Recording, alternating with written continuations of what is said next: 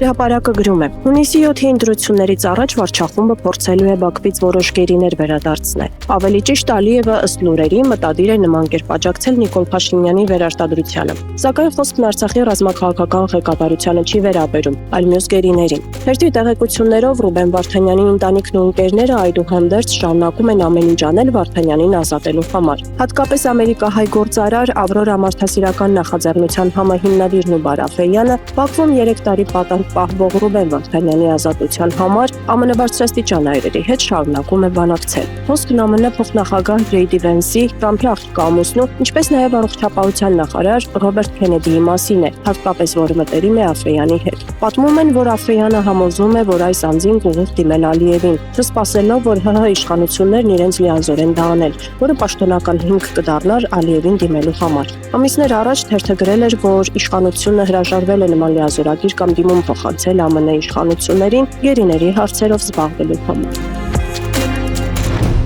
Հրապարակը գրում է. նախորդին հայտնի դարձավ, որ Նիկոլ Փաշինյանի գլխավորությամբ անվտանգության խորհրդի նիստ է տեղի ունեցել։ Նիստի վերաբերյալ հաղորդագրությունից պարզ է դառնում, որ ի թիվս այլոց նիստին մասնակցել է նաև բարձր տեխնոլոգիաների եւ արդյունաբերության ԲՏԱ նախարար Մխիթար Հայրապետյանը։ Իշխանական կուլիսներից թերթը տեղեկացել է, որ նիստում քննարկվող հարցերից մեկն էլ եղել է Հայաստանում հեռարձակվող ռուսական ալիքների, ինչպես նաև տելեգրամյան հարթակների փակման հարցը։ Հրահանգ է իջեցվել խոշորացույցով հետևել այդ ալիքներով Հայաստանի եւ հատկապես իշխանությունների վերաբերյալ տարածվող տեղեկատվությանը եւ թույլ չտալ իրենց դեմ հակաքարոզչություն։ Ըստ ամենայնի հիբրիդային պատերազմի անվան տակ առաջիկայում ռուսական որոշ ալիքների հեռարձակումը դադարեցնելու հարցեր կբարձրացվեն։ Բացի այդ, Փաշինյանն արգելել է մեծ թվով ռուսաստանաբնակ հայերի մուտքը Հայաստան, ընդ որում հայտնի չէ թե ինչ պատճառաբանություններով։